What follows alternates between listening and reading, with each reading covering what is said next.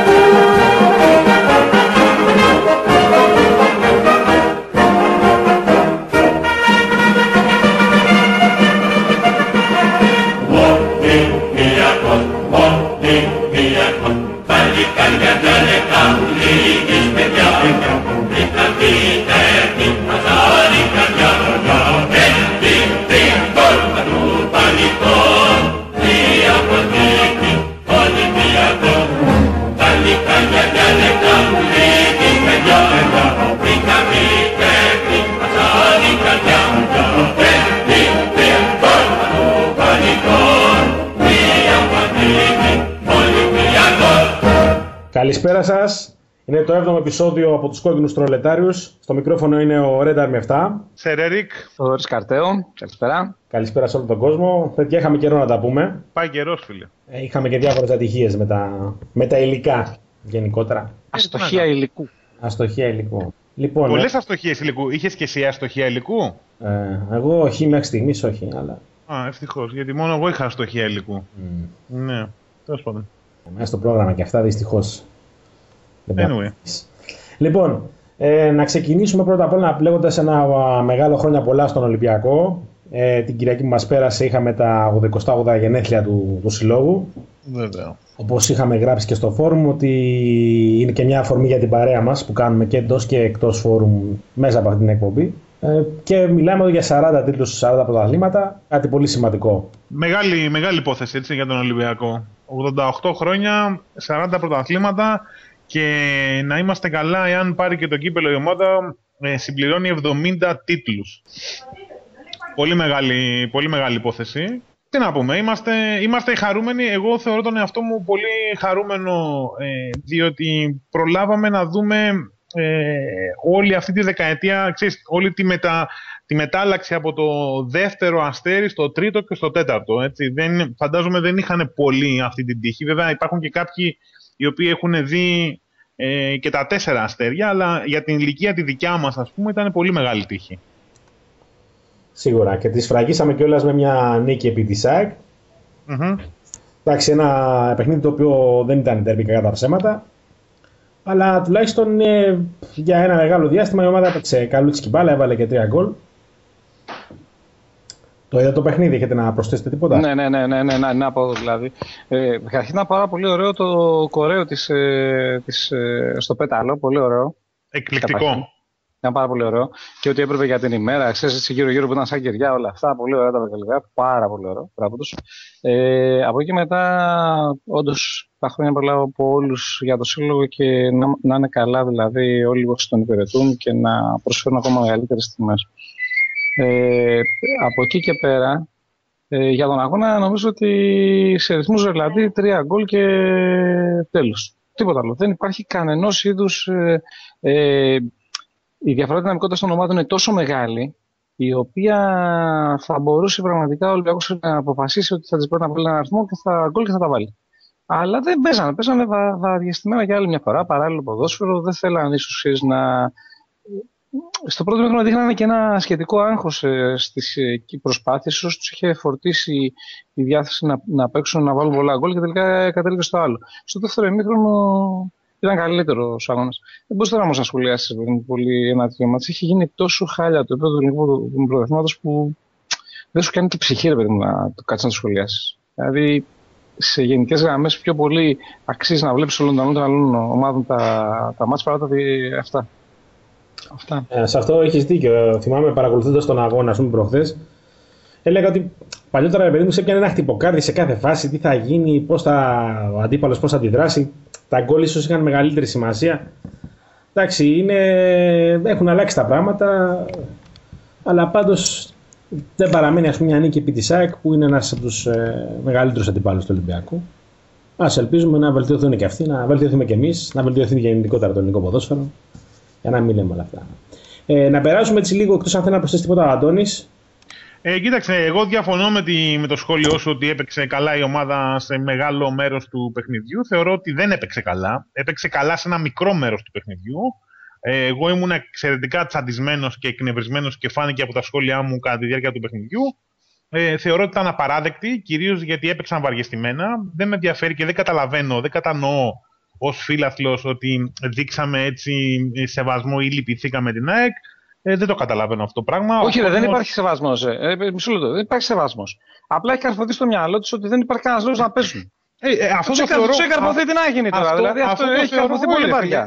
Εγώ το θεωρώ χειρότερο αυτό.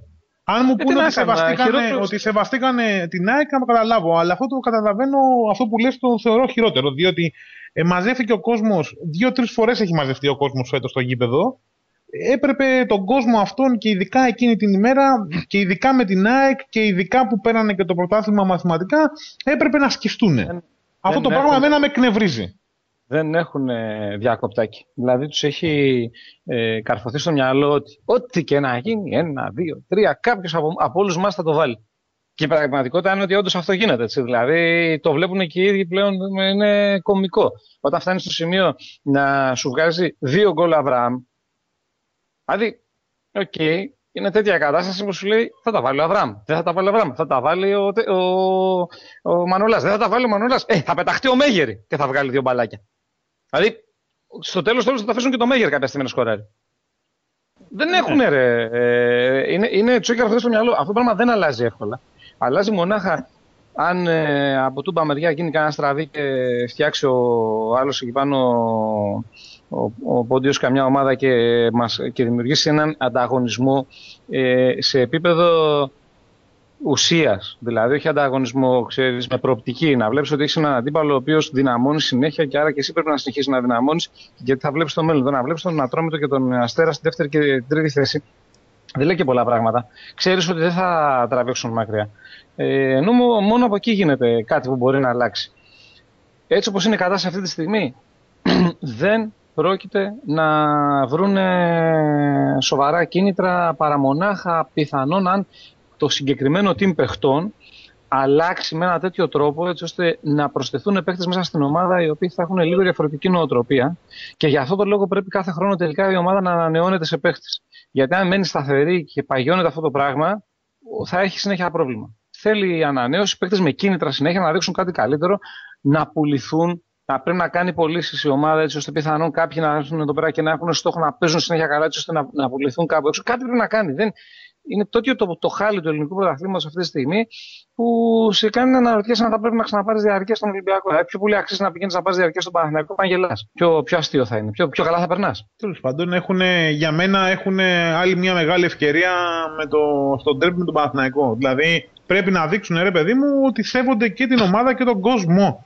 Και αν δεν το καταλαβαίνουν οι ίδιοι, ας τους το περάσουν μέσα από την ομάδα. Αυτό το πράγμα βαριέμαι να το λέω. Έχουμε ξεκινήσει να κάνουμε αυτή την προσπάθεια με τους τρολετάριους από πριν τα Χριστούγεννα. Άμα βάλει κάποιος την εκπομπή από πριν τα Χριστούγεννα, επαναλαμβάνουμε το ίδιο πράγμα. Μα γιατί αυτό δεν έχουμε κάνει? Την προηγούμενη εκπομπή δεν βάλαμε. Ναι, δηλαδή οι ατάκες για αυτό το πράγμα είναι οι ίδιες. Κάθε φορά οι ίδιες. Τα μόνα ενδιαφέροντα πράγματα σε αυτόν τον αγώνα θα πρέπει να είναι άλλα. Τα αφήσουμε τον αγώνα την απόδοση. Άστινα, στην πάντα. Άστινα, πάμε ένα βήμα παραπέρα. Τι είναι η γνώμη μας για το πώς παίζει ο Μίτσελ,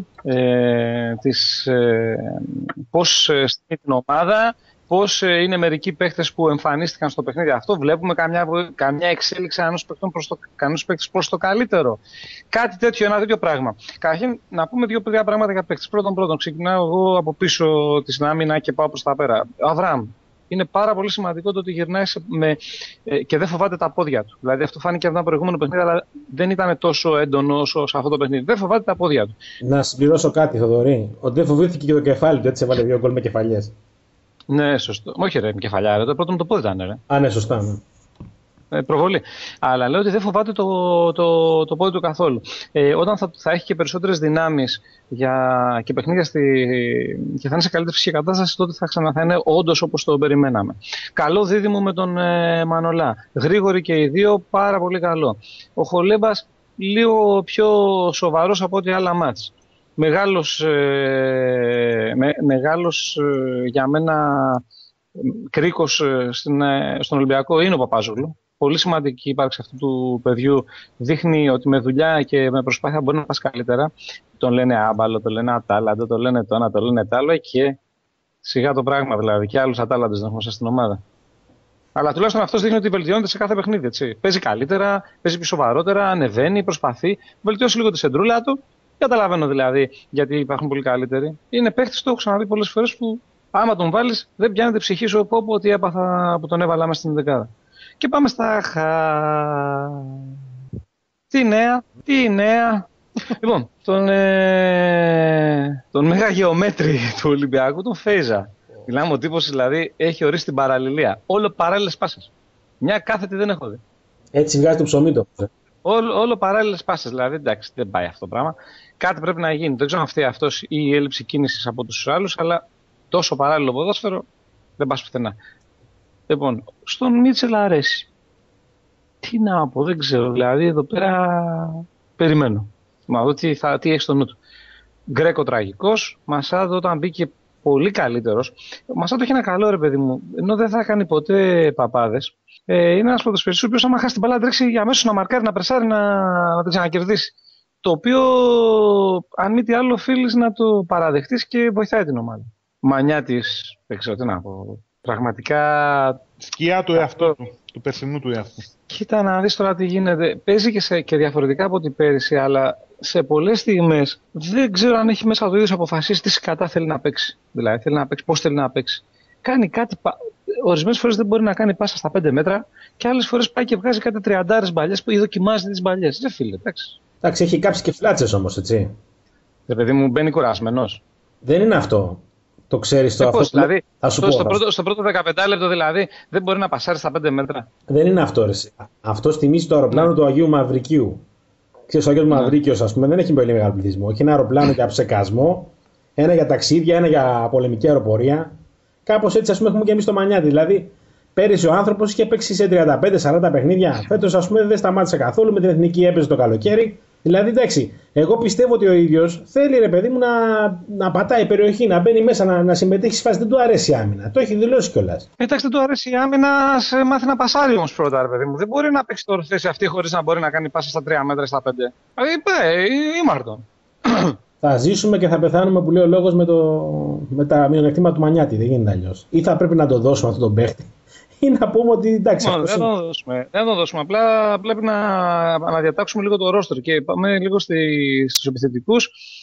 Τσιμπούρ, Άχρωμος, Άοσμος τελείωσαν για ένα μεγάλο μέρος του αγώνα. Δεν μπορώ να καταλάβω γιατί δεν δοκιμάζει σε κάποιο μάτι τον Μήτρογλου. Όταν αφήνει έξω και λίγο τον Τσιμπούρ, μετά ο Τσιμπούρ μπαίνει σε καλύτερη κατάσταση.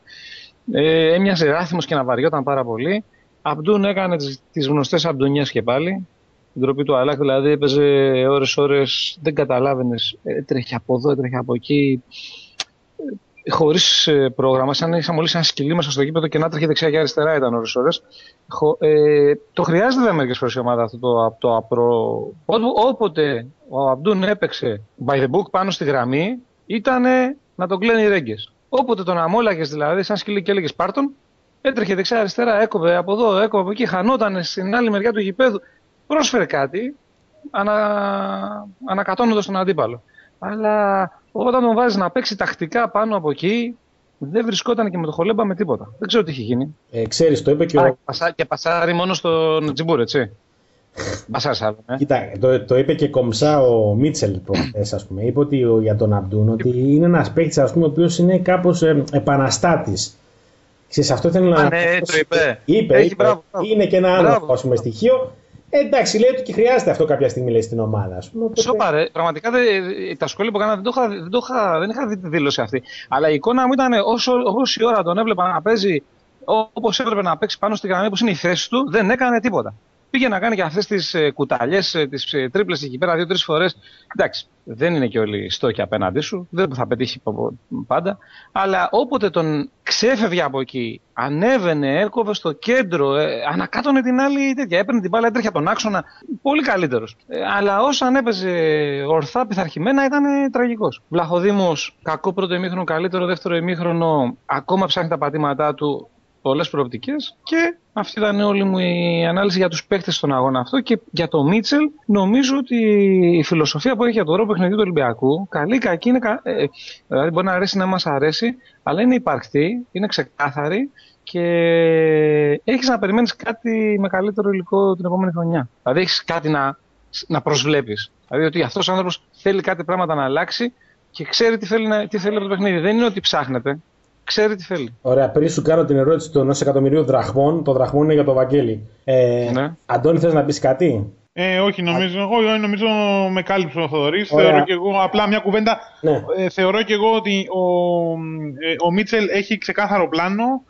Φαίνεται να ψάχνεται μέσα στο παιχνίδι. Η μόνη μου διαφωνία είναι ότι δεν θεωρώ ότι πιστεύει τόσο πολύ τον Σέρβο, τον Φέισα, όσο ότι του δίνει ευκαιρίες για να μπορεί να πει στο τέλος ότι κοίταξε να δεις, σου έδωσα ένα σκασμό παιχνίδια και δεν μου κάνεις. Θεωρώ ότι στο τέλος δεν θα του κάνει ο Face. Θα ζητήσει αλλαγή, διότι δεν νομίζω ότι προσφέρει και κάτι στο παιχνίδι ο Φέισα στο τέλος της ημέρας. Ωραία. Εγώ, Θοδωρή, θα σε ρωτήσω, μιας και έκανες αυτή την ανάλυση για το πώς πήγαν οι παίκτες γενικότερα. Σε αυτά τα πλάνα του Μίτσελ, θεωρείς ότι ταιριάζει ο Μήτρογλου? Ναι, ρε.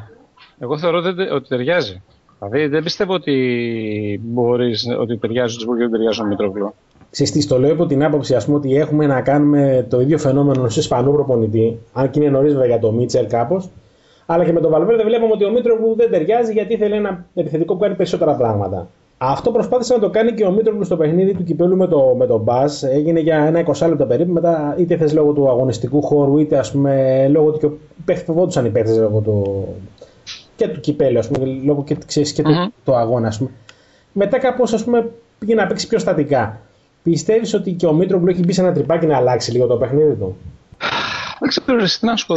Πραγματικά αυτό είναι αναπάντητο το ερώτημα. Το κακό είναι ότι εγώ πιστεύω ότι τον παραχρησιμοποιούν τον Μήτρογλου, μάλλον πώς να σου πω, προσπαθούν να τον βάλουν στα καλούπια μιας ομάδας. Είναι ποδοσφαιριστής που πρέπει να κάνεις την επίθεση να στηρίζεται πάνω του. Μπράβο, αυτό ακριβώς.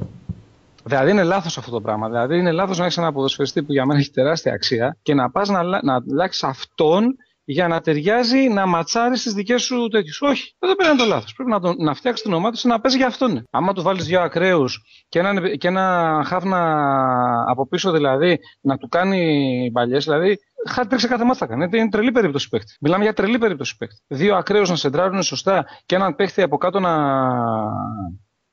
Και όχι, δεν πιστεύω ότι έχει πρόβλημα με το μαρκάρισμα. Αν αλλάξει τα κεντρικά χάφη του Ολυμπιακού, μια χαρά θα μαρκάρουν. Γιατί πρέπει να γυρίσει πίσω ο Τζιμπού στο κέντρο της, στα χάφια και είναι αυτό το σύστημα παιχνιδιού. Και επειδή δεν το κάνει ο Μήτρογλου, δεν πρέπει. Μιλάμε για ποδοσφαιριστή τεράστια κλάση. Παιδιά, να το επαναλάβω 100 φορές. Όσο και αν δεν αρέσει σε κάποιους, η κλάση του ποδοσφαιριστή είναι τεράστια. Θα μου πει η Ιεροσυλία, αυτό θα πει. Τον Ιμπραήμοβιτς, γιατί σαν στυλ ποδοσφαιριστή είναι το ίδιο, έτσι. Σαν στυλ, έτσι. Πολύ καλή τεχνική κατάρτιση, μεγάλη μπάλα, όχι πάρα πολύ γρήγορο, δύο πόδια, κεφάλι, αντίληψη ποδοσφαιρική του γηπέδου, να σπάει την μπάλα δεξιά-αριστερά, καλή μεταβίβαση και σέντρα. Θα του πει γιατί δεν γυρίζει πίσω να μαρκάρει. Έχει αντιληφθεί κανείς ότι κανονικά θα πρέπει να στήσουν την επίθεση με βάση αυτόν. Τελεία. Πύριο του λέμε. Δηλαδή αυτή είναι η άποψή μου. Δηλαδή δεν είναι θέμα αν κάνει το σύστημα του Μίτσελ. Είναι κουτί ερώτηση, όχι η δικιά σου. Είναι κουτί έτσι συνολικά αυτό το που λένε όλοι ότι δεν κάνει με τους Ισπανούς και τον θέλουν Ισπανοί. Είναι κουτό, ρε παιδί μου, αυτό το πράγμα. Δηλαδή, άμα φέρεις το Μέση και δεν κάνει, δηλαδή, θα πεις ότι. Λέμε τώρα. Είναι ένα ποδοσφαιριστή τεράστια ποιότητα. Θα πεις ότι δεν μπορώ, πρέπει να. Δεν μου κάνει. Πρέπει να τον αλλάξω για να βάλω κάτι που να μου κάνει σε αυτό που έχω στο μυαλό. Όχι, κάποια στιγμή πρέπει, ρε παιδί μου, εγώ με τις άποψεις ότι πρέπει οι προπονητές να συναντούν και αυτή την ομάδα. Δηλαδή, όχι απλά η ομάδα να συναντάει τα θέλω τον προπονητή. Δεύτερη τελεία. Κοίταξε, σε αυτό το θέμα που θίγεις, ας πούμε τώρα, αν θα μπορούσαμε να χωρίσουμε τους προπονητές, ας πούμε, σε δύο κατηγορίες, μέσα από 1 εκατομμύριο κατηγορίες που προκύπτουν, εν πάση περιπτώσει, είναι ότι υπάρχουν προπονητές οι οποίοι φτιάχνουν μια ομάδα βάσει το υλικό που έχει η ομάδα και υπάρχουν προπονητές οι οποίοι προσαρμόζουν την ομάδα στο πλάνο τους. Το ποιο είναι το σωστό τώρα δεν το ξέρω, δεν μπορώ να σου απαντήσω απόλυτα. Ο Βαλβέρντε, ας πούμε, τουλάχιστον έλεγε ότι εμένα με ενδιαφέρει να παίζω ένα συγκεκριμένο σύστημα, δεν πάει να παίζει ο άλλος, ας πούμε, ότι βρέξει, ας κατεβάσει. Κοιτάξτε, το πιο είναι το σωστό είναι ξεκάθαρο για να μην το σωστό. Το καλοκαίρι προσπαθείς να φτιάξεις την ομάδα με βάση αυτά που θέλεις. Okay. Το χειμώνα, άμα δεν τα έχεις πετύχει αυτά που θέλεις, μετατρέπεσαι εσύ στο κατάλληλο εργαλείο για να στήσεις την ομάδα έτσι όπως είναι, για να πετύχεις το αβέλιστα, να παίξεις καλή μπάλα και αυτά. Δηλαδή, δεν πιστεύω ότι είναι τόσο δύσκολο το ερώτημα αυτό. Στην πραγματικότητα, αυτό το οποίο λένε, αυτό το οποίο υποκρύπτεται πίσω από αυτό το ερώτημα, Κώστα, είναι το εξής. Ο προπονητής θα κάνει 8-10 μεταγραφές, θα τους πετάξει όλους και θα φέρει δικούς του. Του κάνουν, δεν του κάνουν. Είναι καλός για τη διοίκηση ή δεν είναι καλός. Τέτοιου είδους πράγματα. Εγώ πιστεύω ότι ο Μίτσελ είναι έξυπνος άνθρωπος, πιστεύω ότι θα τη βρει την άκρη. Απλά δεν φοβάμαι τώρα θα τον διώξουν το Μήτρογλα και στεναχωριέμαι. Αν και το παλικάρι καλύτερα σου συνήθως. Μου έδωσε μια καλή πάσα. Για ένα άλλο θέμα, θέλω να το ξεκινήσει λίγο ο Αντώνης. Σε ό,τι αφορά, ας πούμε, τη γενικότερα μεταγραφολογία που ξεσπάει, όπως είπες, ας πούμε, θα πρέπει να στηρίξεις και το γενικότερο το πλάνο του προπονητή. Η διοίκηση έχει παραδεχτεί ότι έχει γίνει κάποια λάθη. Γενικότερα έχουν γίνει κάποια. Τα έχουμε αναφέρει και στο φόνο, δεν χρειάζεται να επαναλαμβανόμαστε. Πιστεύετε ότι σε ό,τι αφορά την πολιτική της ομάδας, αυτό το κομμάτι της μεταγραφολογίας, θα έχουμε την ίδια τακτική, δηλαδή θα έχουμε πάλι φτηνές λύσεις, έξυπνες βόμβες, ή θα πούνε ρε παιδί μου ότι κοίταξε να δεις, στόχοι μας είναι αυτοί, ότι θα πρέπει να ανοίξουμε λίγο το budget και να πάρουμε 2-3 παίχτες οι οποίοι θα είναι όλη αναφορά στην ομάδα. Σημεία αναφορά στην ομάδα. Κοίταξε να δεις, Κωστή, εγώ πιστεύω ότι καταρχήν για το Μήτρογλου που έγινε συζήτηση πριν λίγο, να πω ότι η αλήθεια είναι ότι συμφωνώ με τον Θοδωρή ότι ο παίχτης είναι καλός, παλιότερα είχε τα μυαλά πάνω από τη σκούφια, φαίνεται να έχει σοβαρέψει κτλ. Για κάποιον λόγο δεν πολυτεριάζει με τους Ισπανούς. Δεν ξέρω τι φταίει ακριβώς, αν και προχθές έχω την αίσθηση... Δεν είναι, όχι, δεν αντιλέγω σε αυτό. Αλλά αν και προχθές, όχι, δεν είναι σοβαρά, δεν αντιλέγω. Μπορεί απλά κάτι να μην τους ταιριάζει, το οποίο δεν σημαίνει ότι φταίει κατά ανάγκη ο παίκτης. Λοιπόν, απλά το παρατηρούμε ως κάτι το οποίο δεν ήταν τελικά μεμονωμένη περίπτωση ο Βαλβέρδε, αλλά φαίνεται να συνεχίζεται και με το Μίτσελ. Όμως, για να μην αδικούμε και τον προπονητή, έχω την αίσθηση ότι προχθές είχε σκοπό να το χρησιμοποιήσει το Μήτρογλου, αλλά του κάτσανε 2 αναγκαστικές αλλαγές. Διότι και ο Γκρέκο ήταν αναγκαστική αλλαγή, οπότε αναγκάστηκε να επέμβει εκεί, και μετά ο Ιμπαγάς ήταν αναγκαστική αλλαγή. Οπότε δεν μπορούμε να ξέρουμε τελικά αν δεν είχε αυτά τα προβλήματα τι θα γινόταν. Τώρα, το καλοκαίρι, η ομάδα πρέπει να κάνει σοβαρές αλλαγές. Πρέπει να αποκτήσει ποιότητα, χρειάζεται 3 παίχτες στον άξονα οπωσδήποτε, συν βέβαια αυτούς τους 2 που έχουν γραφτεί. Τον Boateng, ο οποίος περιμένουμε εδώ και 2 μήνες το clearance από την UEFA, και το Σαλίνο. Τώρα, θα ξαναπώ κάτι το οποίο είχα πει πριν 1-2 μήνες. Δεν χρειάζεται η ομάδα να μπει μέσα οικονομικά για να δώσει τρελά λεφτά κτλ. Γιατί για παράδειγμα τρελά λεφτά είχε δώσει και με το Μακούν. 4,5 εκατομμύρια πόσα είχε δώσει, και ενδέχεται ο Boateng, ο οποίος θα σου κοστίσει τίποτα, να σου βγει μία ή άλλη με το Μακούν και καλύτερα από το Μακούν. Όμως θα πρέπει να γίνουν ορθολογικές επιλογές. Θα πρέπει να αποκτηθούν παίχτες οι οποίοι δεν θα κοστίζουν τον ουρανό με τ' άστρα, αλλά ό,τι κοστίζουν να το αξίζουν και με το παραπάνω. Δεν με ενδιαφέρει να πάει να δώσει 5 εκατομμύρια για να φέρει έναν παίχτη ή να φέρει έναν τελειωμένο παίχτη, αλλά να φέρει παίχτες οι οποίοι θα έχουν μια λογική. Όχι άλλους γκρίμπιτς και πώς τους λένε, ας πούμε. Δηλαδή, enough is enough. Πρέπει να φέρεις παίχτες οι οποίοι έχουν εμπειρίες, έχουν παραστάσεις και οι οποίοι μπορούν να βοηθήσουν. Τώρα, σε ποια θέση θα επιλέξει να φέρει τον παίχτη αυτόν, ο οποίος θεωρητικά θα κάνει τη διαφορά, ή αν θες θα είναι και το αστέρι της ομάδας, είναι δικό τους θέμα. Όμως χρειάζεσαι παίχτες και στο τέρμα, χρειάζεσαι παίχτες και στα χαφ, χρειάζεσαι παίχτες και μπροστά. Εντάξει, καλός είναι ο Βλαχοδήμος, πρέπει να του δοθούν ευκαιρίες, αλλά εάν θες να κάνεις κάτι παραπάνω στην Ευρώπη και αυτά, δεν ξέρω τώρα αν το παιδί μπορεί να αντέξει το βάρος αυτό. Δεν πρέπει να θαυτεί, γιατί δείχνει καλά στοιχεία, αλλά το να του φορτώσουμε τώρα και όλο το βάρος της φανέλας του Ολυμπιακού στην Ευρώπη κτλ. Δεν ξέρω αν θα ήταν σωστό. Αυτά. Κοίταξε, για μένα πιο σημαντικό είναι το ποιος θα κάνει τις μεταγράφες. Ποιος θα αποφασίσει για το ποιοι παίκτες μας κάνουν ή δεν μας κάνουν. Και αυτό, διότι αυτός που αποφασίζει τα τελευταία χρόνια δεν έχει και καλό μάτι. Να το πω αλλιώς. Αυτή τη στιγμή σε όλες τις θέσεις, αν πάρουμε παίκτη εκτός από κεντρικούς αμυντικούς και center for, με την προπόθεση ότι μένει ο Μήτρογλου, σε όλες τις θέσεις, άμα πάρουμε παίκτη καλύτερο από αυτόν που έχουμε, θα ανεβούμε επίπεδο. Δηλαδή δεν υπάρχει ζήτημα το πού θα πάρουμε θέσεις για μένα. Εντάξει, με την προϋπόθεση βέβαια ότι θεωρούμε ότι πήραμε τον Boateng, τον Σαλίνο, δεν τους ξέρουμε αυτούς. Ας υποθέσουμε ότι αυτοί εντάσσονται μέσα σε αυτό το πλάνο. Αλλά σε όλες τις άλλες θέσεις, αν πεις ότι θα φέρω ένα κεντρικό χαφ, το οποίο είναι καλύτερο από αυτούς που έχεις, θα έχεις κέρδος. Αν πεις ότι φέρω ένα ακραίο επιθετικό, θα είσαι καλύτερος. Άρα για μένα, απλά θέλω να αλλάξω λίγο την τέτοια ότι οι θέσεις και κατά τύχη θα τους πετύχουμε. Θα πω ότι τερματοφύλακα, θες. Εκτός από 2 θέσεις, center back, center for. Όπου είσαι εντάξει, αν δεν διώξει το Μήτρογλου, εντάξει, εκεί έχει θέμα. Ό,τι και να κάνεις λοιπόν, ποιος θα τις κάνει. Ποιος θα προτείνει ότι αυτό είναι ενάντια του άλλου. Γιατί άμα ένα μου φέρεις δηλαδή Φέιζα ξανά, εντάξει, δεν μου κάνεις και τίποτα. Όφελος, άμα ένα μου φέρεις Μασάτο ξανά, δεν μου κάνεις τίποτα. Δεν έχω κανένα κέρδος. Άρα για μένα πιο σημαντικό είναι το αν και κατά πόσο έχουν πραγματικά ξεκινήσει να δουλεύουν. Αυτό το χρονικό διάστημα βέβαια η επιλογή Σαλίνο Boateng δείχνει ότι κάποιοι να τα έχουν αλλάξει. Έχουν κινηθεί γρήγορα, έξυπνα. Πιστεύω ότι είναι καλές περιπτώσεις και οι δύο και ανεβάζουν επίπεδο σε σχέση με αυτό που ήδη υπάρχει. Είναι στο πλαίσιο αυτό. Θεωρώ πολύ καλό παίκτη το Ντεβισέντη. Δεν ξέρω για τον Λαϊτάν και τον Σαμάρι αν καν θα μείνουν στον Ολυμπιακό. Για τον Λαϊτάν, εγώ έχω την επίθεση ότι δεν θα μείνει. Αν δεν κάνω λάθος, πιάνει και θέση ξένου. Κώστα. Ναι. Πολύ αμφιβάλλω ότι θα μείνει. Δεν νομίζω ότι θα μείνει, εκτός και αν αδειάσει κάπου αλλού θέση ξένου και περισσέψουν πολύ.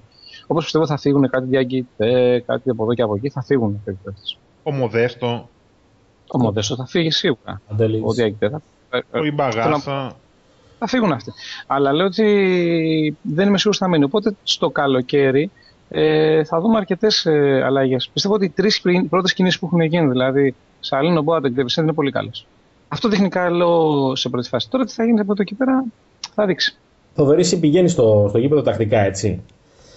Ναι, πηγαίνω. Πιστεύεις ότι... Θα πάρω και τον πιτσιρικά που τα λέγατε πριν. Θα πάμε αύριο. Ωραία. Λοιπόν, πιστεύεις ότι η διοίκηση έχει αφουγκραστεί το μήνυμα του κόσμου μέσω της αποχής, μέσω κάποιων αποδοκιμασιών ή απλά θεωρεί ότι η περίοδος Ζαρτίν ήταν αυτή που είχε ένα κακό ποδόσφαιρο και ότι το κακό ποδόσφαιρο ήταν αυτό που έδειξε τον κόσμο την ομάδα. Συν την οικονομική situation.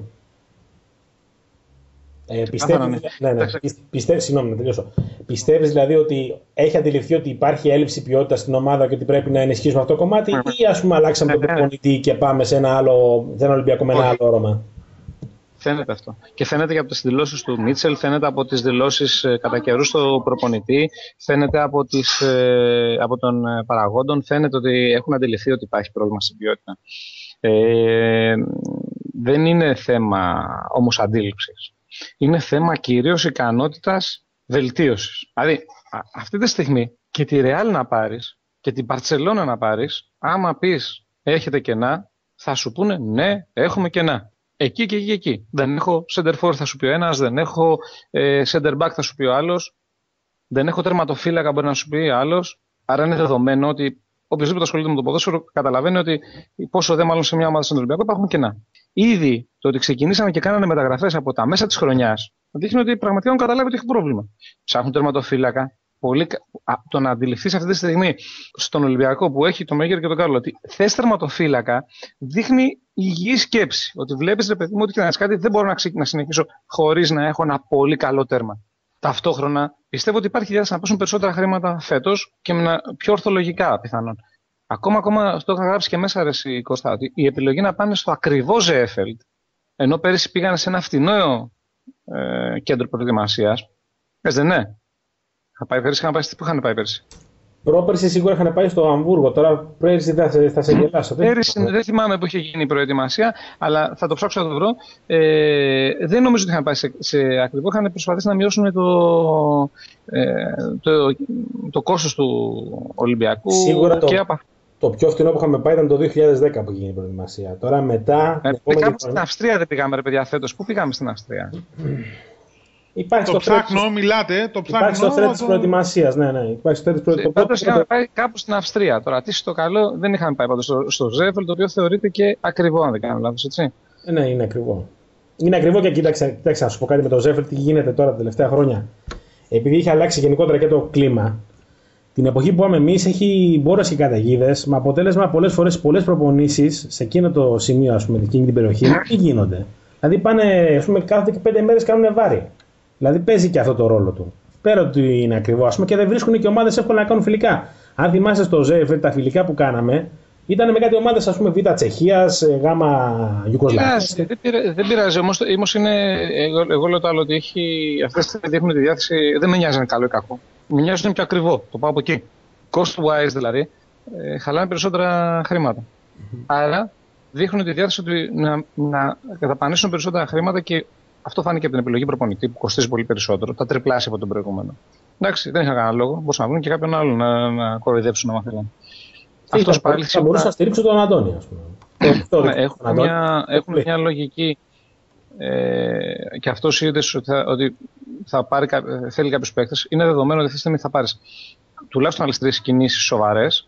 Εκτός από αυτές που έχουν γίνει, και εγώ πιστεύω και κάνα 2 ακόμα οπωσδήποτε, γιατί θα ψάξεις για ακραίο μπακ αριστερά, δεν θα κρατήσει το Ζαραδούκα τελικά. και πιθανόν και κανένα 2 θέσεις ακόμα που μπορεί να σου προκύψουν στην πορεία. Συγγνώμη που σε διακόπτω, η προετοιμασία είχε γίνει στο Άκενκιρχ στην Αυστρία. Α, μπράβο, το είχα γράψει εγώ νομίζω αυτό. Και μετά είχαμε πάει στο Έρμελ, προς κάπου εκεί δεν είχαμε στην Ολλανδία. Και στην Πορτογαλία είχαμε πάει μετά. Ναι, τουρνάς.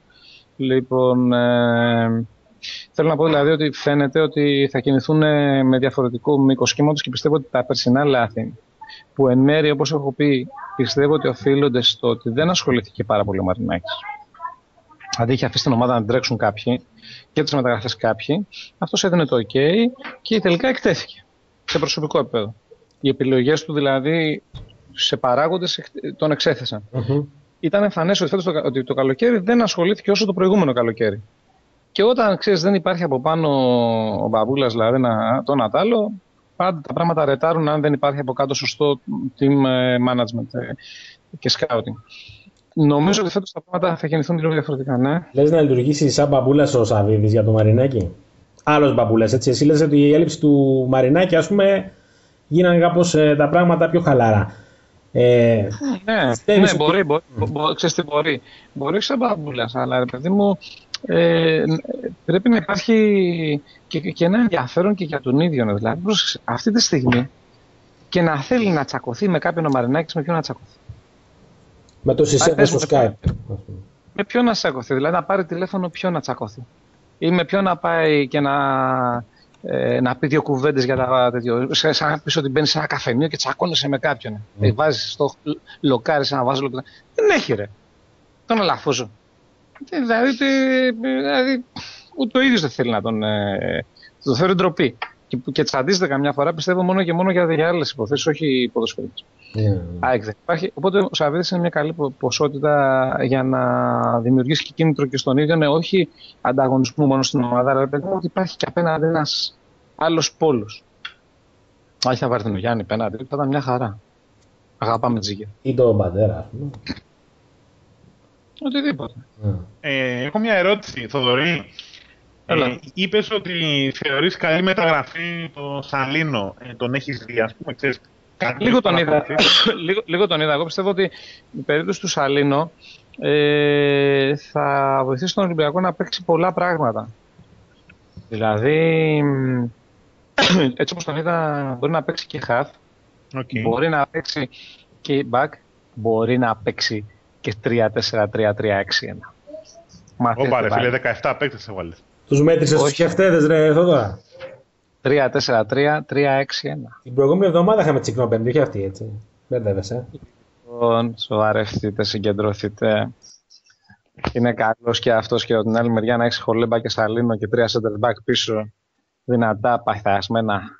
Και 3 άλλα κεντρικά half να μασάνε και να τρέχουν έναν πίσω από τον επιθετικό και έναν επιθετικό μπροστά. Τι λέτε τώρα, μάθετε μπάλιτσα. Και 3 κοντοσούβλια επίσης δεν θα μας χάλαγαν. Αχ, μιλήστε τέτοια, είναι επικίνδυνη η ώρα. Λοιπόν, μιας και ξεκινήσει... Επαναλαμβάνω το τέλειο σύστημα αυτή τη στιγμή. Για το Pro Evolution Soccer. Και να αφήσουν και για το Pro Evolution και να αφήσουν τις κουταμάρες όλοι οι άλλοι. Είναι 3-4-3 με 2 πολύ καλά σκυλιά back half τύπου Χολέμπα και Σαλίνο. 3 center back πίσω που να είναι γρήγορα, όπως αυτά που έχουμε. Και εδώ στον παρόδο πέταξα τη φόλα μέσα για ανταλλαγή του. Ξέρεις, άμα φύγει ο Μήτρογλας να πάει τέτοιο, να πάει Βέρντερ, να μας δώσουν Παπασταθό και λεφτά και να κάνουμε τα κουμάντα μας. Φαντάζομαι όμως τώρα ρε εσύ, 3 κεντρικά back. Μανολά, Αβραάμ, Παπασταθόπουλο, Χολέμπα, Σαλίνο στα χαφ, μια τριπλέτα, Μπόατεκ, Φτούκα τώρα να πω, Φέζα, δεν ξέρω ποιο να πω, και Μανιάτη ή τέλος πάντων κάποιον εκεί πέρα γρήγορο πάλι επιθετικό που να κόβει. Μπροστά τους ένα γρήγορο παίχτη, ή ένα χαφ τέτοιο που να βγάζει μπαλιές και επιθετικό. Και αυτό το πράγμα να το αλλάζεις, να βάλεις μέσα και Βλάχο Δήμο, να βγάλεις και να παίζεις 3-5-2, να παίζεις διάφορα πράγματα. Αλλά με 3 center back πίσω γίνεσαι κανόνι. Και καλό τέρμα. Μ' αρέσει. Θέλω και το Σκολάρι στον πάγκο για να παίξει το σύστημα όμως. Με το Μίτσελ κάπου έχω διασμεί. Παίζει με χαζό τρόπο, δηλαδή δεν υπάρχουν αυτά που έκανε στο σχολείο Φελίπε, αλλά το ξαναπήρανε πίσω, οπότε τι ψάχνεις. Άρα κάτι καλό έκανε. Ωραία. Χρειαζόμαστε βέβαια και, όπως είπαμε, λέμε και για τις μεταγραφές, παίρνουμε παίκτες. Πώς σας φαίνεται αυτή η είδηση που βγήκε τις τελευταίες 2 εβδομάδες σχετικά με τη δημιουργία Β ομάδας ή εξαγοράς ομάδας από τη Γ Εθνική? Κωστή, επειδή τα παρακολουθείς περισσότερο, αυτό το πράγμα πώς λειτουργεί ακριβώς? Δηλαδή, πώς θα, αν υποθέσουμε ότι έφτιαχνε μια ομάδα Β Ολυμπιακός, γιατί εγώ δεν το γνωρίζω ακριβώς και φαντάζομαι πολλοί κόσμος, έστω ότι έφτιαχνε μια ομάδα Β, θα έμπαινε στο πρωτάθλημα της Β ή της Γ Εθνικής κάτω από ποιο καθεστώς? Το επιτρέπει δηλαδή το νομικό πλαίσιο που έχουμε στην Ελλάδα ή όχι? Δεν επιτρέπει το νομικό πλαίσιο της ιδιοκτησία. Έτσι. Δεύτερον, θα έπρεπε να ξεκινήσουμε από τα ερασιτεχνικά και όχι από τη Γ Εθνική. Και αυτό η σκέψη που υπάρχει τώρα είναι για κάποιο τρόπο να γίνει affiliate ένα κλαμπ από την τρίτη εθνική. Σε αυτό το πλάνο έχει κάποιους συμμάχους Ολυμπιακούς, άτυπους συμμάχους. Δηλαδή έχουν εκφράσει το ενδιαφέρον τους ο ΠΑΟΚ, ας πούμε, ο Αστέρας Τρίπολης, αν δεν κάνω λάθος, και κάνα 2 ομάδες ακόμα. Και θέλουν, παιδί μου, να αναπτύξουν και τις ακαδημίες, να στέλνουν τους παίκτες εκεί. Απλώς είναι πολλά που πρέπει να λυθούν. Το έλεγα σε ένα παιδί σήμερα, με είχε ρωτήσει, είχαμε καμιά συζήτηση σε προσωπικό επίπεδο. Και του έλεγα, ας πούμε, ότι πέρα από ότι πρέπει να λυθεί το νομικό πλαίσιο της υπόθεσης, θα πρέπει, ας πούμε, να μπεις και εσύ στο τρυπάκι ότι αυτό το πράγμα πρέπει να το ενισχύσεις. Δηλαδή θα πρέπει να κάνεις ένα πλάνο. Δεν μπορεί να πας, ας πούμε, με ένα σχέδιο το οποίο το έχεις προχείρου και να πεις θέλω να κάνω μια ομάδα, ας πούμε, ελάτε να μου τη δώσετε. Θα πρέπει δηλαδή να παρουσιάσουν και ένα εμπορικό σχέδιο για το πώς, ας πούμε, αυτή η ομάδα θα είναι βιώσιμη, το πώς θα γίνει πιο ελκυστικό το προϊόν.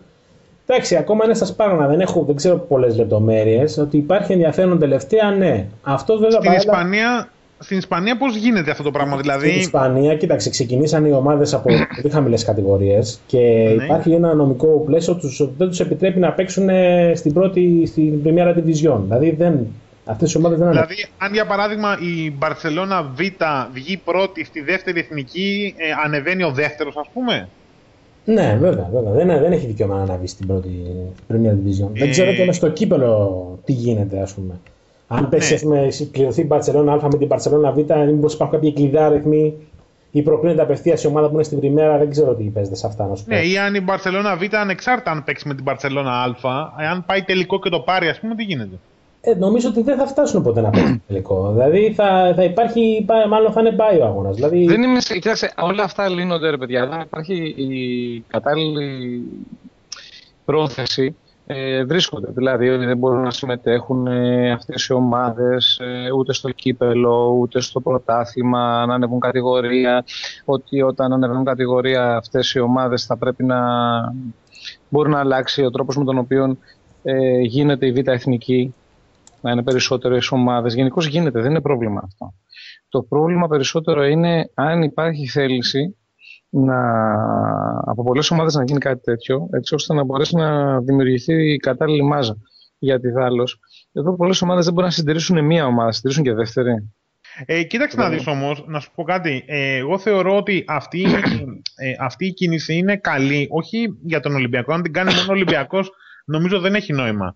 Δηλαδή, αν την κάνει και ο ΠΑΟΚ, αν την κάνει και ο Αστέρας, ομάδες οι οποίες μπορούν να συντηρήσουν. Αν την κάνει ο Παναθηναϊκός, ίσως σε μεταγενέστερο στάδιο, θα έχει ένα νόημα, διότι θα αναπτυχθούν, για παράδειγμα, καινούργια ταλέντα, θα δοθούν οι ευκαιρίες σε παίχτες οι οποίοι είναι αδρανείς να μπορούν να έχουν παιχνίδια στα πόδια τους.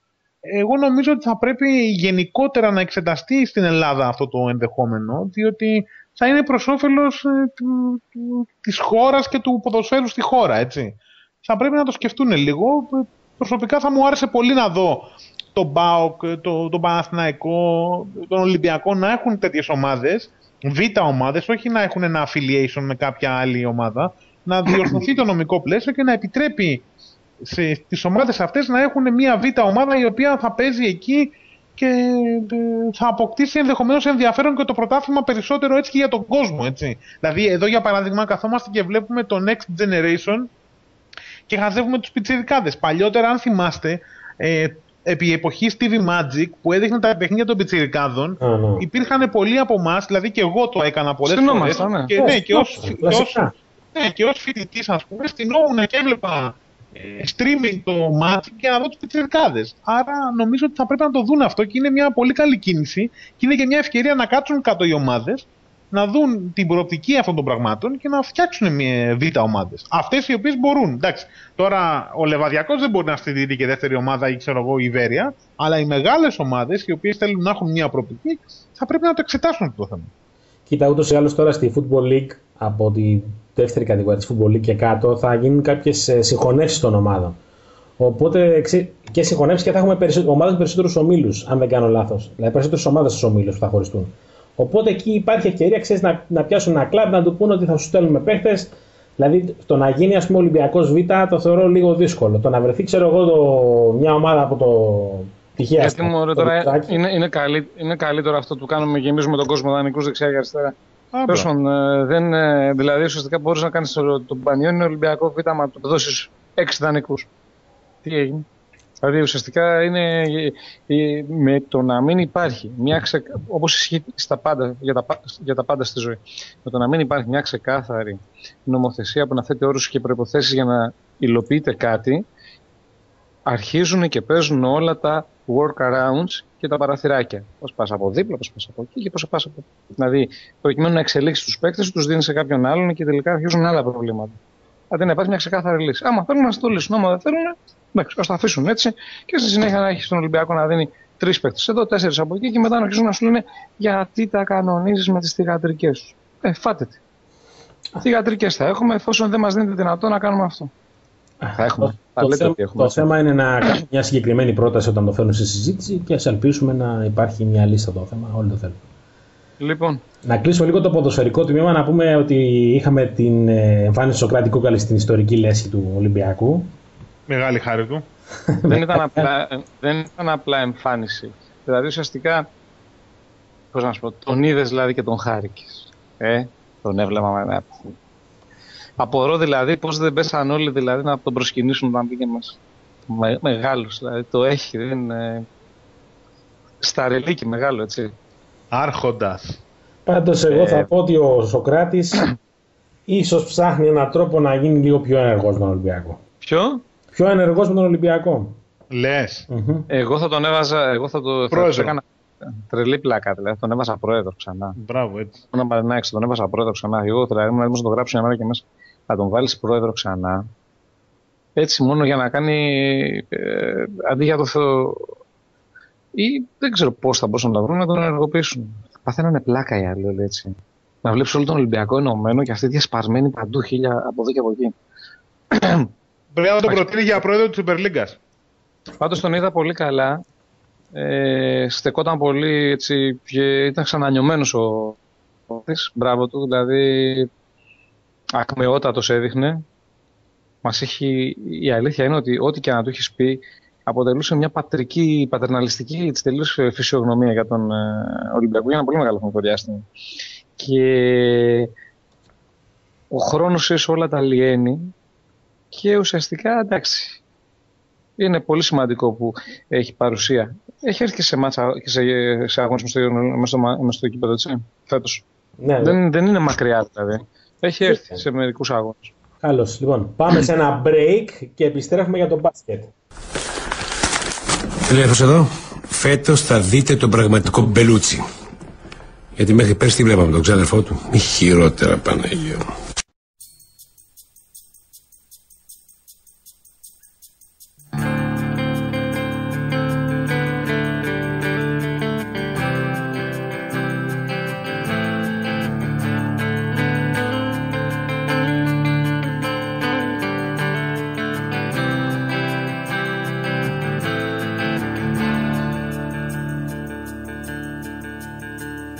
And did those feet in ancient times walk upon England's mountains green? Was the Holy Lamb of God on England's pleasant pastures seen?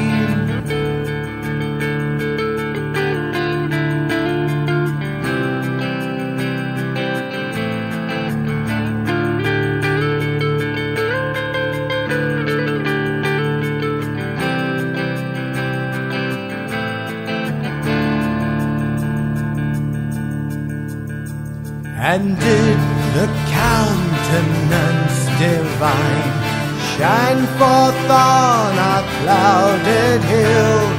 Was Jerusalem built here in England's green and pleasant land?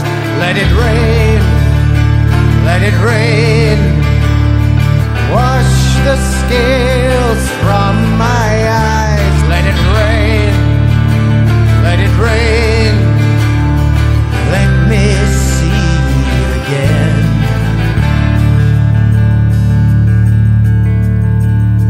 Bring me my bow of burning gold, bring me my arrows of desire. I shall not sleep till the clouds unfold. Bring me my chariot of fire. Let it rain, let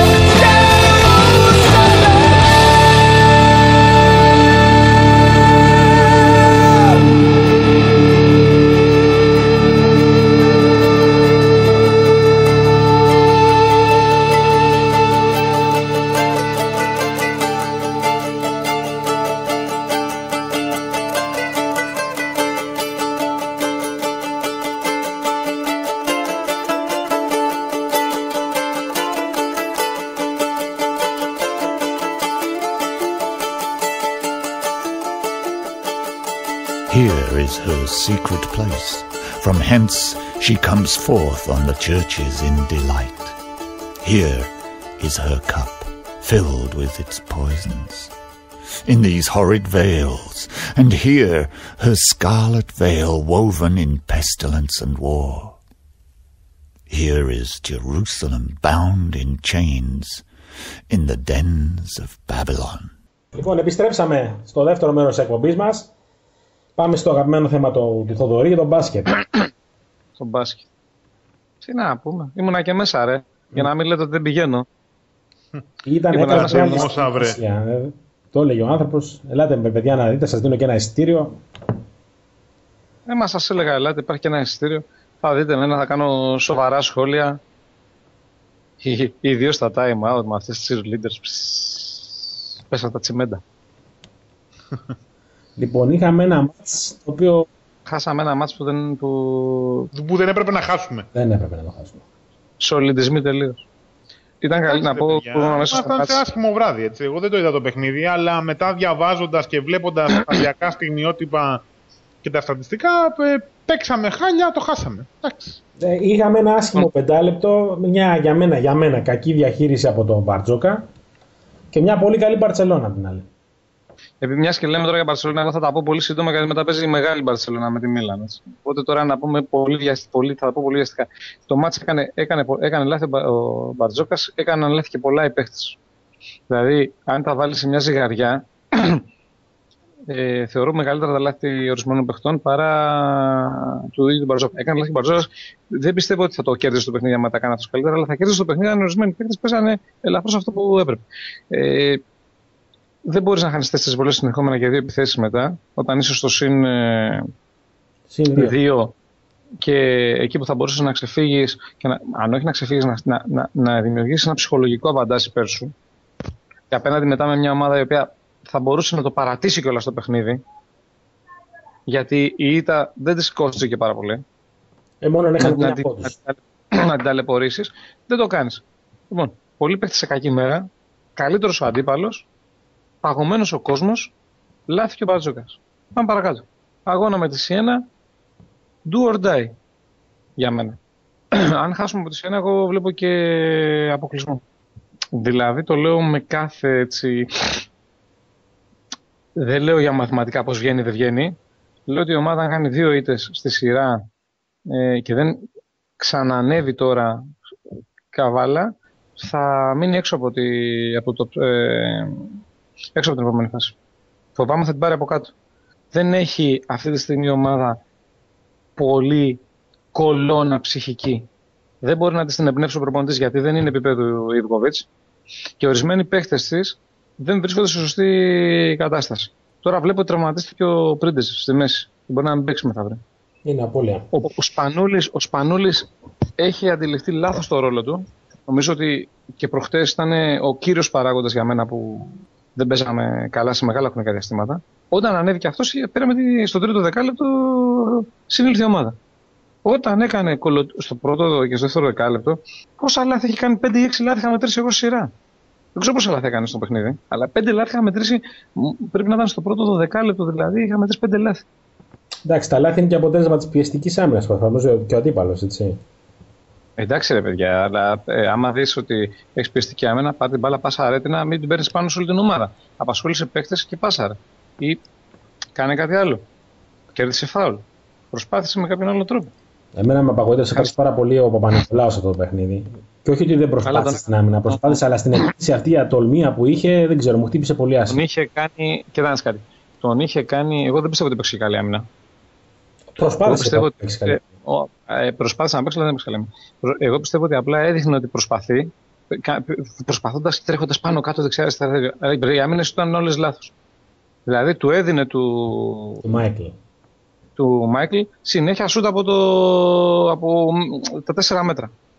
Τον άφηνε στην τρίπλα, δεν του κάνει φάουλ εκεί που πρέπει να του κόψει και λίγο το ρυθμό. Τίποτα. Δεν τον έκανε ρόμπα τελείως, δεν το συζητάω.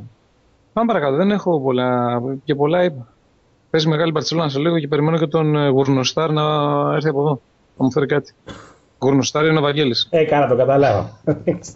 Μην καρφώνεσαι. Λοιπόν, το λέω γιατί οι φίλοι που θα ακούνε να μην καταλάβουν. Πάντως δεν νομίζω ότι, όπως είναι η ομάδα, δεν νομίζω ότι έχει ιδιαίτερη τύχη στην Ιταλία. Ειδικά αν δεν παίξει και ο Πρίντεζης, είμαστε που είμαστε αδύναμοι στη ρακέτα. Αν δεν παίξει και ο Γιώργης, τα πράγματα είναι δύσκολα και νομίζω ότι δεν έχουμε τύχη στην Ιταλία. Μακάρι να αναγκαστώ να κάνω κυβίστηση. Φτάνουμε σε ένα σημείο. Το μόνο καλό είναι, ρε παιδιά, ότι η Σιένα μας ταιριάζει περισσότερο από ότι η Μπαρτσελώνα στα ματσαρίσματα. Αυτή είναι η άποψη μου. Το μόνο καλό είναι αυτό. Αλλά θα πρέπει να έχουμε πολύ καλύτερη περιφερειακή άμυνα με τη Σιένα. Η Μπαρτσελώνα, ρε παιδιά μου, είχε κάτι 2-15 συνέχεια. Έχει κάτι χτίνει ψηλά.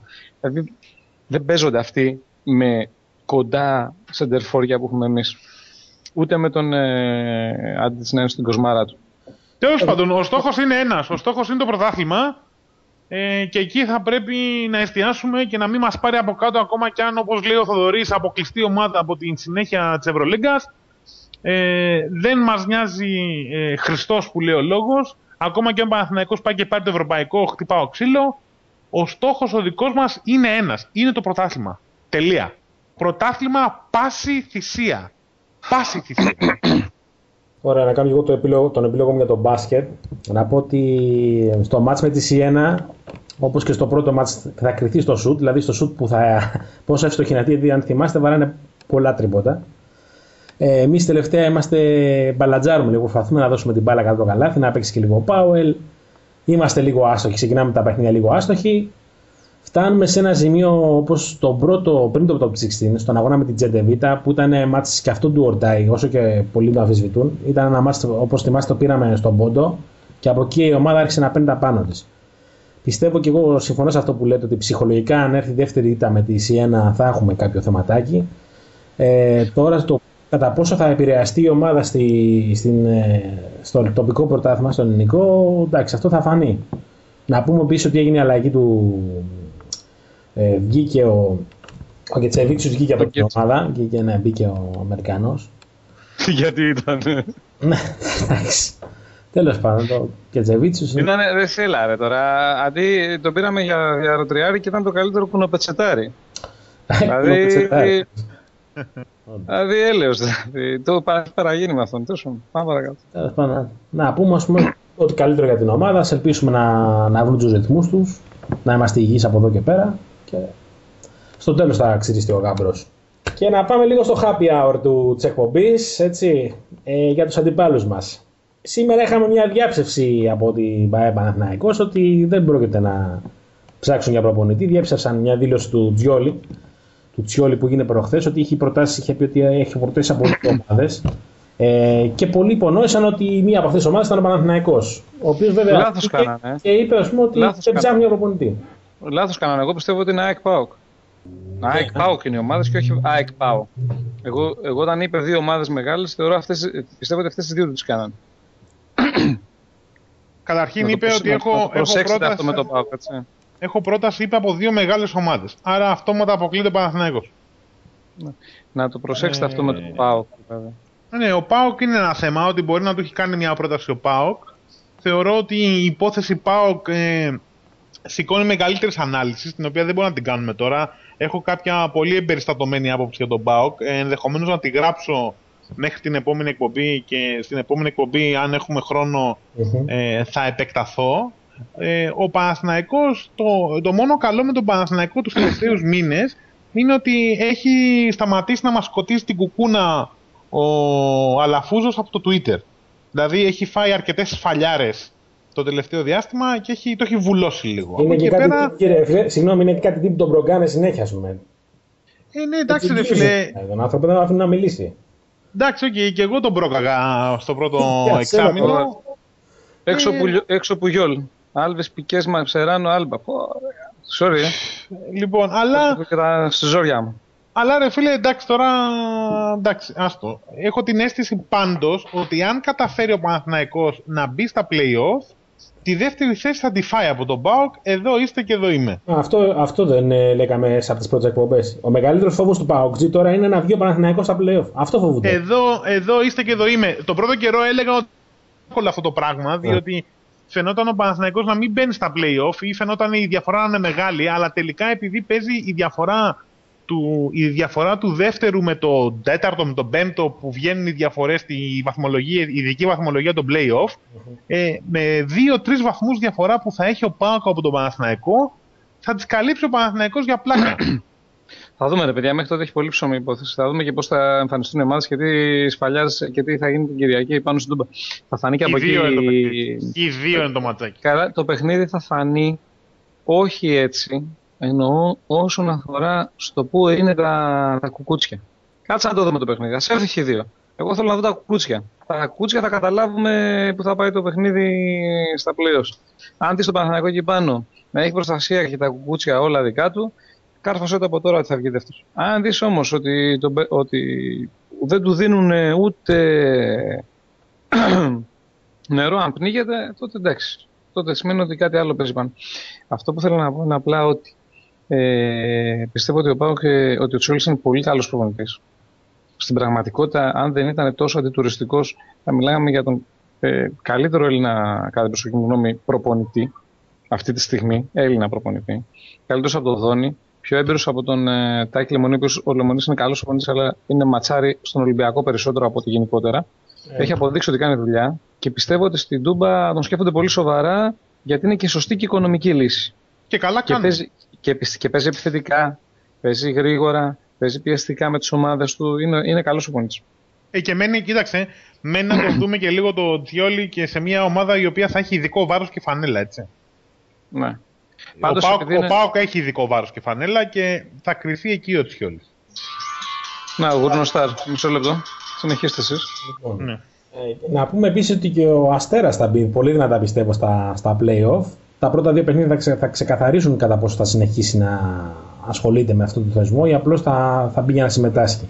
Έλα ρε Κωστή, τώρα το έχουμε δει το έργο, έχουμε μεγαλώσει, έχουν ασπρίσει τα μαλλιά μας. Δηλαδή πιστεύεις εσύ ότι ο Αστέρας θα κάνει κάτι στα play-off? Ότι θα κάνει ακριβώς ό,τι έκανε η Λάρισα, ό,τι κάναν όλοι αυτοί οι οποίοι μπήκαν στα play-off και ξεφουσκώσανε. Θα μαζεύει διαρροτριάρες από τον Παναθηναϊκό και από τον ΠΑΟΚ. Μακάρι να έχω λάθος και να έχει ενδιαφέρον να έχουν ενδιαφέρον τα play-off, αλλά αυτή την αίσθηση. Κοίταξε, θα παρακολουθώ τα play-off εδώ και περίπου 4-5 χρόνια πολύ προσεκτικά. Η αλήθεια είναι αυτή που λέει, συνήθως η ομάδα η οποία τερματίζει και δεύτερη, τρίτη, θα πάει, ας πούμε, αυτές οι δύο ομάδες θα κοντραριστούν, κάποια στιγμή θα ξεφύγει μία και θα είναι φιλικά τα παιχνίδια μετά. Επειδή φέτος έχουμε δύο ομάδες που έχουν τάση αυτοκαταστροφής, δηλαδή εννοώ και τον ΠΑΟΚ, εννοώ και τον Παναθηναϊκό, αν ευνοήσουν τα αποτελέσματα, εγώ πιστεύω ότι ο Αστέρας θα το κυνηγήσει στο μεγάλο τόνιο. Γιατί πλέον, ξέρεις, είναι και κίνητρο και για αυτούς, και για να διακριθούν και για να μπορέσουν να αποκτήσουν ένα καλό εισιτήριο, ακόμα και αν δεν προκριθούν, δηλαδή δεν μπουν στα προκριματικά να μπουν στο Champions League. Θα έχουν ένα καλό εισιτήριο για το Europa League. Δηλαδή πιστεύω ότι θα το παλέψουν. Τέλος πάντων, τώρα θα δούμε, θα δείξει. Να πούμε λίγο για το Θοδωρή με τις κόντρες στο Pro Evolution. Άστε ρε, μου χαλάστε, σας τα λέγει ο μικρός σου. Μου χαλάσε. Άστε πίκρα τώρα, θα είμαστε μια εβδομάδα 10 μέρες σε αναμονή. Τι να πω τώρα, ό,τι και να πω είναι... Μαζί σου δεν σε συμπαθούν πολύ ρε φίλε. Δηλαδή κάτι ακούω για αποφαρδίες και τέτοια, κάτι δοκάρια, ας πούμε, γράφουν μέσα. Τίποτα, αυτά είναι εσχρά, δηλαδή δεν υπάρχει αυτό. Μάλιστα αν παρακολουθήσω τελευταία φορά με τον Ατσάλικα, έλεγε ρε παιδί μου ότι ήμουν ακιάτυχος. Δηλαδή, αλλά είναι κακοήθειες του Βαγγέλη για να δικαιολογήσει τις 34 που τρώει δηλαδή. Λοιπόν, επειδή πρέπει να πάω να τον δω, εγώ σας φιλώ όλους. Πάει το. Λοιπόν, και ετοιμαστείτε γιατί έχει ματσάρα μετά, Μπάρτσα Μίλαν. Cross your fingers και τα λέμε. Φιλιά ρε. Bye. Λοιπόν, εμείς θα πούμε λίγο... Εμείς πρέπει να κανονίσουμε λίγο ένα παιχνιδάκι NBA 2K13, νομίζω. Ναι, βέβαια. Θα δούμε πώς θα γίνει. Λοιπόν, να πούμε έτσι λίγο για το bet πριν κλείσουμε την εκπομπή. Αυτή τη βδομάδα είχαμε αρκετές κοντρίτσες. Λοιπόν, βέβαια ήταν και τα αποτελέσματα λίγο περίεργα. Σε ό,τι αφορά, ας πούμε, την ατομική βαθμολογία, η Σκορπίνα 25 βαθμούς, ο Νότης με 23, το Γατόνι με 21, ο Τεοκάζ 20. Πιο κάτω, ας πούμε, έχουμε τον Πάτρα στη 12η θέση με 14 βαθμούς. Αντώνη, εσένα σε βλέπω στην προτελευταία θέση με 7 βαθμούς. Σχόλια βέβαια δεν είδα, δεν ξέρω, έχει αρχίσει ο σεβασμός μεταξύ σας και δεν λέτε τίποτα. Κοίταξε να δεις, φίλε, ο τύπος έβγαλε μια φοβερή βαθμολογία πριν λίγο, ο Red Nero, όπου έβγαλε τη βαθμολογία του δευτέρου γύρου, όπου ο τύπος μετά από 3-4 χρόνια που παίζει το bet, κατάφερε να βγει από πάνω σε συνολική βαθμολογία δευτέρου γύρου. Είμαι βέβαιος ότι το έχει κάνει print screen, το έχει βάλει desktop στο computer του, το έχει βάλει profile, ξέρω εγώ, στο Facebook, στο κινητό του, παντού. Εντάξει, τι να πούμε τώρα. Εντάξει. Τι να πούμε, εντάξει. Κάποια στιγμή θα βγει και ο Πάνος να πει και αυτό στα δικά του. Στο τέλος θα δούμε τη σούμα. Είστε λίγο σεμνοί βέβαια. Βλέπετε, τελευταία ας πούμε υπάρχει σεβασμός. Τώρα... εντάξει, κοίταξε να δεις. Προσπαθούμε να κρατήσουμε την ποιότητα του ανταγωνισμού ψηλά. Γενικά η ομάδα μου στο ποδοσφαιρικό bet δεν πάει καθόλου καλά. Ναι, όντως είναι και το... Εντάξει, τι να κάνουμε, θα αντέξουμε. Αντίθετα, στο μπασκετικό bet πάμε πολύ καλά. Ναι, όντως στο μπασκετικό bet υπάρχει πολύ μεγάλη μάχη στις ομαδικές βαθμολογίες. Τις ατομικές δεν τις έχω μπροστά μου αυτή τη στιγμή. Αλλά στις ομαδικές βαθμολογίες πραγματικά γίνεται χαμός. Δηλαδή υπάρχει απόσταση 30 βαθμούς περίπου από τον πρώτο, ας πούμε. Είναι... Ναι, μα και στις ατομικές νομίζω γίνεται χαμός, γιατί είναι πολύ κοντά όλοι οι παίχτες. Ναι. Έχει πολύ ενδιαφέρον. Έχει πολύ ενδιαφέρον το μπασκετικό bet. Δούμε, εντάξει. Και μακάρι, παρόλο που. Να γυρίσω λίγο στο ποδοσφαιρικό bet. Ναι. Παρόλο που είμαι μακριά από την κορυφή, ελπίζω πραγματικά να κάνει την έκπληξη η Λουκριτία και να πάρει την πρώτη θέση, γιατί θα έχει πολύ μεγάλη πλάκα. Με την καλή έννοια πάντα, σε ένα τελείως ανδροκρατούμενο φόρουμ και ανδροκρατούμενο άθλημα και ανδροκρατούμενο bet, τελικά η Λουκριτία να κάνει τη μεγάλη έκπληξη και να βγει η πρωταθλήτρια. Εντάξει, βέβαια, να πούμε ότι τελευταία, ας πούμε, σε ό,τι αφορά τη ροή των ειδήσεων του Thrillers Fans στην πρώτη σελίδα, όλο για μπάσκετ γράφουμε. Οπότε δεν χρειάζεται να μας πούνε για άμπαλους, το παραδεχόμαστε. Λοιπόν, εδώ κάπου κλείνει το 7ο επεισόδιο των Κόκκινων Τρολεντάριων. Να πούμε ότι οι επόμενοι αγώνες της ομάδας είναι στο ποδόσφαιρο με τον Μπας αύριο την Τετάρτη. Ελπίζω να έχει διανεβεί το ηχητικό πριν ακούσει την εκπομπή. Μπάσκετ παίζουμε την 5η 10 παρατέρα το net στην Ιταλία με τη Σιένα. Και στο ποδόσφαιρο έχουμε το μάτς την Κυριακή με την Κέρκυρα. Νομίζω στην Κέρκυρα πρέπει να είναι το παιχνίδι. Στην Κέρκυρα είναι. Στην Κέρκυρα 5 και 4 από τον Nova Sports 2. Ναι. Από τον Red Army 7 και από τον Sir Eric. Σας καληνυχτούμε και αποχαιρετούμε με το τραγούδι που θα μας πάει στη Eurovision, γιατί ο γνωστόν ο Αγάθωνας ήταν αυτός ο οποίος ίδρυσε την Πέφο Θεσσαλονίκης. Μεγάλος. Λοιπόν, σας χαιρετούμε και ραντεβού στην επόμενη μας εκπομπή. Καλό βράδυ. Καλό βράδυ, παιδιά.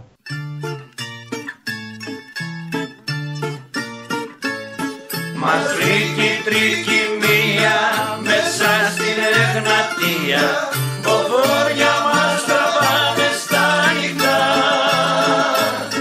Σαν λάθος να μυρώ τα δυο παίζει με τα φώτα κι η πλώρη μας τραβάει για γρεβενά.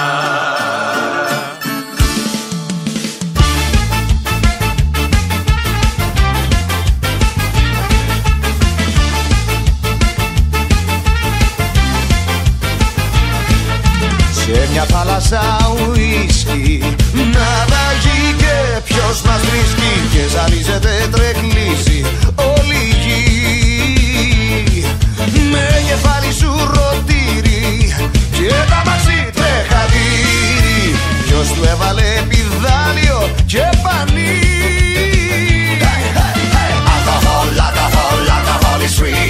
Alcohol, alcohol, alcohol is free. Alcohol, alcohol, alcohol is free. Alcohol is free. Alcohol is free. Κύμα και λύσο μανάει κι η γοργόνα να ρωτάει, μα ο Αλέκος θα έχει βγει καλή κυρά. Μέσω πέλαγα φανάρι ρε μας πήρανε χαβάρι, πήγε το σπιτάκι μου μακριά, μακριά. Μας βγήκε η τρικυμία μέσα στην Εγνατία, από φόρια μας τραβάνε στα νύχτα. Σαν λάθος να μη ρώτα ποιος παίζει με τα φώτα, κι η πλώρη μας τραβά για Γρεβένα. Μας βγήκε η τρικυμία μέσα στην Εγνατία, από φόρια μας τραβάνε στα νύχτα. Σαν λάθος να μη ρώτα ποιος παίζει με τα φώτα, κι η πλώρη μας τραβά για Γρεβένα.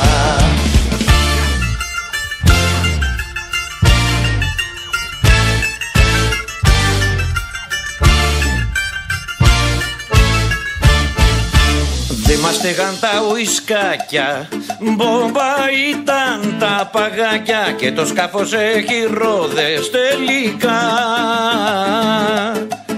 Αλκοτές και τροχονές